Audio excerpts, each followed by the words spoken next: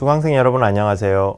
지난 시간은 해방 이전의 한국은 섬유제품의 교역에서 어떠한 특징을 보였는지 당시 무역 통계를 검토해 보았습니다. 이번 시간은 다시 해방 이후로 시선을 옮겨서 섬유제품 생산의 장기 추이를 주로 사업체 수와 종사자 수의 측면에서 정리해 보고자 합니다. 화면에 보시는 그래프는 산업총조사 또는 경제총조사에서 조사한 종업원 수 5인 이상인 섬유제조 사업체 수와 그 종사자 수의 추이를 그린 것입니다. 첫 산업총조사는 광업 및 제조업 총조사라는 이름으로 1955년 현황에 대해 한국은행이 실시했습니다. 이후 1958년과 1960년 현황에 대해 같은 이름으로 한국산업은행에서 조사를 했고 1963년 현황부터는 광공업 센서스라는 이름으로 경제기획원에서 조사했습니다. 1968년부터는 국제적인 약속에 따라 5년 간격으로 3과 8로 끝나는 해에 실시하게 되었습니다. 1980년대에는 산업 센서스, 1990년대에는 산업 총조사로 이름이 바뀌었고 2010년부터는 산업 총조사와 서비스업 총조사가 통합되어 모든 산업의 사업체를 대상으로 0과 5로 끝나는 해에 경제총조사가 실시되고 있습니다. 경제총조사는 모든 사업체를 대상으로 한 것이지만 화면의 그래프는 2010년 이후의 수치도 다른 해와 비교할 수 있도록 종사자 수 5인 이상의 사업체에 한정해서 수치를 제시했습니다. 보시는 바와 같이 1955년에는 섬유제품을 생산하는 공장 수가 약 3,000개, 종사자 수는 약 9만 명이었습니다. 공장 수가 가장 많았던 것은 1993년으로 약 1만 개에 이르렀습니다. 종사자 수가 가장 많았던 것은 그보다 10년 전인 1983년으로 약 42만 명이 섬유제품 공장에서 일했습니다. 1955년과 비교해보면 공장 수는 38년 동안 약 2.7배로 늘었고 종사자 수는 28년 동안 약 4.9배로 늘었습니다. 시기별로 보면 1960년대에는 공장 수는 정체했던 데 비해 종사자 수가 빠르게 늘었습니다. 공장의 대규모화가 진행되었다는 뜻입니다. 실제로 1960년에 1개 공장당 평균 종사자 수는 33명이었지만 1973년에는 96명이 되었습니다. 1970년대 들어서는 공장 수와 종사자 수가 함께 늘었습니다. 1980년대에는 종사자 수는 정체했던 데 비해 사업체 수는 계속해서 늘었습니다. 그리하여 1개 공장당 평균 종사자 수는 1993년에는 33명으로 다시 떨어졌습니다. 섬유제조업의 양적인 쇠퇴의 시작점을 보면 공장 수와 종사자 수에서 조금 다릅니다. 공장 수는 2003년에도 약 9,000개로 최고점이던 1993년과 큰 차이를 보이지 않았던 반면 종사자 수는 1990년대 들어 확실한 하락 추세를 보였습니다. 2003년 이후에는 공장 수에서도 하락 추세가 뚜렷해졌습니다. 그리하여 가장 최근인 2020년의 수치를 보면 공장 수는 약 7,000개, 종사자 수는 약 11만 명으로 줄었습니다. 11만 명은 1955년의 9만 명보다 약간 많은 정도입니다. 이처럼 공장 수와 종사자 수에서 최고점 또는 쇠퇴 시작점이 다른데 어떤 것이 산업의 현상을 더 잘 반영했을까요? 어떤 산업의 생산활동을 양적으로 평가할 때 자주 쓰이는 생산지수를 보겠습니다. 화면에 보이는 것처럼 생산지수의 최고점은 1980년대 말이었습니다. 1954년에 비하면 약 90배로 성장했습니다. 양적인 쇠퇴가 시작된 시점은 1990년대 초로 보는 것이 타당해 보입니다. 그렇다면 공장 수보다는 종사자 수가 섬유제조업의 생산 수준을 더 잘 반영한다고 할 수 있겠습니다. 다만 종사자 수를 보면 2020년의 수준이 1955년과 별다른 차이가 없지만 2022년의 생산지수는 1955년의 25배에 달합니다. 즉 그 사이에 노동 생산성의 뚜렷한 상승이 있었기 때문에 비슷한 숫자의 사람들이 생산활동에 종사하더라도 생산 수준은 훨씬 더 높은 것입니다. 다음으로 전체 제조업에서 섬유 제조업이 차지했던 비율을 종사자 수 비율로 가늠해 보겠습니다. 화면에 보시는 것처럼 1955년에는 전체 제조업 종사자의 42%가 섬유제조업에 속했습니다.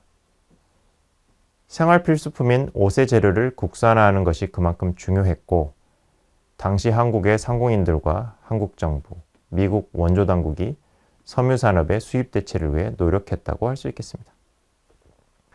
앞서 봤던 것처럼 섬유 산업은 1980년대 말 또는 1990년대 초까지 성장했지만 제조업 내 다른 업종들이 더 빠르게 성장해 감에 따라 섬유 산업 종사자의 비율은 계속해서 하락했습니다. 1960년에는 30%, 1978년에는 20%, 1988년에는 13%가 되었습니다. 비율 하락은 섬유 산업이 쇠퇴기에 접어든 1990년대 이후 계속되어 최근에는 5% 아래로 떨어졌습니다. 이상 검토한 내용을 앞 시간에 다룬 수출 추이와 엮어보면 해방 후 한국 섬유 산업을 다음과 같은 시기로 구분할 수 있겠습니다. 먼저 해방 후부터 1950년대는 수입 대체형 성장기입니다. 1960년대에는 수출 산업화가 모색됐지만 아직은 수출 특화 산업이 되지 못했습니다. 1970년대부터 수출 특화 산업으로서 본격적인 수출 주도형 성장이 진행됐습니다. 1980년대에도 수출 주도형 성장이 계속됐지만 한편으로 1979년에 섬유공업 근대화 촉진법과 1986년의 공업발전법에 근거해 산업 합리화 또는 구조조정이 진행됐습니다. 1990년대는 한편으로는 수출이 증가했지만 다른 한편으로는 종사자 수가 줄고 생산지수가 하락한 성장과 쇠퇴의 혼재기였습니다. 2000년대 이후에는 양적인 쇠퇴가 확실해졌고 이에 대응해 고부가 가치화가 모색되었습니다. 지금까지 섬유제조업 전체의 추이를 보았습니다. 이제부터는 섬유제조업 내 세분 업종에 대해 살펴보도록 하겠습니다. 섬유제조업은 크게 방정 및 제사업, 직조업, 편조업, 표백, 염색 및 가공업, 기타로 분류할 수 있습니다. 방정 및 제사업은 실을 만드는 것이고 직조업은 천을 만드는 것, 편조업은 양말들과 같은 편조물을 만드는 것입니다. 또 표백, 염색 및 가공업은 섬유 제품의 부가가치를 높이는 과정으로서 중요합니다. 그래프에서 보시는 것처럼 1955년에 섬유 제품을 생산하는 공장은 거의 직조 공장이었습니다. 직조 공장의 비율은 80%에 달했습니다. 1960년에도 약 70%로 높았는데 이후 계속해서 하락하여 2003년에는 18%까지 하락했습니다. 1960년대에는 편조 공장이 크게 늘었는데 1960년에 11%에서 1973년에는 28%가 되었습니다. 이후에는 표백, 염색 및 가공업이 크게 늘어 1973년에 5%에서 2003년에는 21%가 되었습니다. 어망 등 기타 섬유 제품을 생산하는 공장의 비율도 1973년에 12%에서 2003년에는 32%가 되었습니다. 종사자 수로 보면 대체로 공장 수에서 봤던 것과 유사하지만 조금 다른 모습도 보입니다. 1955년에 직조 공장의 종사자 비율이 가장 높았던 것은 마찬가지지만 그 비율은 66%로 공장 수 비율보다 낮았습니다. 방정 및 제사업이 공장 수에 비해 종사자 수가 많았기 때문입니다. 방정 및 제사업의 종사자 비율은 1973년에 32%로 5개 세분 업종 중 가장 높아지기도 하였습니다. 1개 공장당 종사자 수 그래프를 보시면 방정 및 제사업의 특징을 좀 더 확실하게 알 수 있습니다. 다른 4개 세분 업종에 비해 방정 및 제사업은 1개 공장당 종사자 수가 훨씬 많았습니다. 예를 들어 1973년에 직조 공장의 평균 종사자 수는 71명이었던 데 비해 방적 제사 공장의 평균 종사자 수는 255명이었습니다. 그래프에서 또 한 가지 눈에 띄는 것은 모든 업종에서 1개 공장당 종사자 수가 1973년 또는 1978년까지는 증가하다가 그 후 감소했다는 것입니다. 다음으로 해방 이후의 섬유 생산을 섬유별로 나누어 살펴보도록 하겠습니다. 화면에 보시는 그래프는 방정 및 제사업의 종사자 수를 다시 섬유별로 나누어 본 것입니다. 1955년에는 모방적이라는 분류가 없었고 1966년까지는 화학섬유 방적이라는 분류가 없었습니다. 그만큼 생산이 적었다는 뜻이므로 추세를 보는데 문제는 없을 것입니다. 보시는 것처럼 1955년에는 면방적이 대부분을 차지했으며 면방적 종사자 수는 1983년까지도 계속해서 늘었습니다. 제4업은 한국 정부의 수출 장려 정책에 힘입어 1973년까지는 늘었지만 이후 쇠퇴하고 말았습니다. 화학섬유 방적은 1970년대에 크게 성장해 1980년대에 두각을 나타냈습니다. 끝으로 직조 공장의 종사자 수를 섬유별로 나누어 보겠습니다. 모든 시기에 견화학섬유 직물이 가장 큰 부분을 차지한 것을 알 수 있습니다.